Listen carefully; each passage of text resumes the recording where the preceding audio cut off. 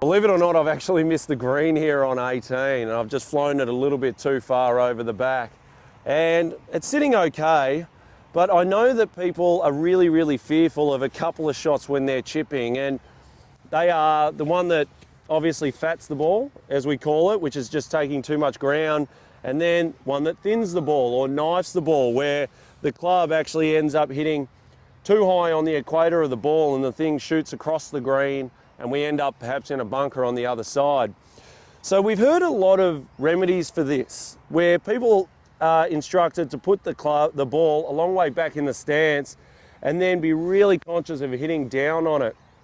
Now, I'm not a huge fan of that at all, because what happens is that people become incredibly vertical in the way they try and apply that.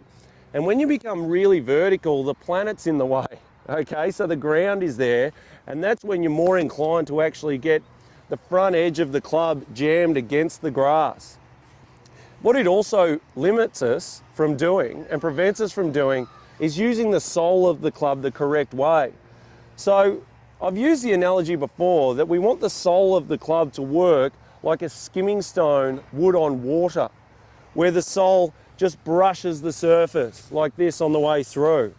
Now, to do that, I'm not trying to be vertical on the way down at all. I'm not trying to hit way down on the thing.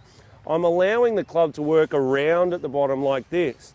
So a wonderful little drill you can do is to just hold your hands out like this with the palms to the sky and work at doing this on the way back and allowing the shoulders to work out and back. So out and back means out with the left and back in the right shoulder. This helps me to work quite horizontally in the initial part of the takeaway. So when I actually hold onto the club and do that, and I work my shoulders slightly out and back with very little wrist hinge, you can see the club, if I was to stand from this angle, works in towards onto the hand line, and then if I bring it back around, it actually works around back to the point of impact. So it's not a vertical move. It's not something that comes straight down on top of it.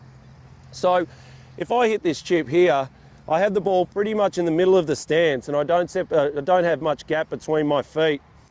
Using the same setup angles we always talk about, I'm then going to try and get the sole to skim like it would as a skimming stone.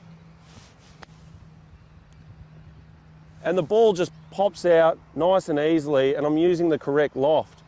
So you can see there I haven't taken much of a divot, I haven't taken a chunk, and I certainly haven't front edged the ball.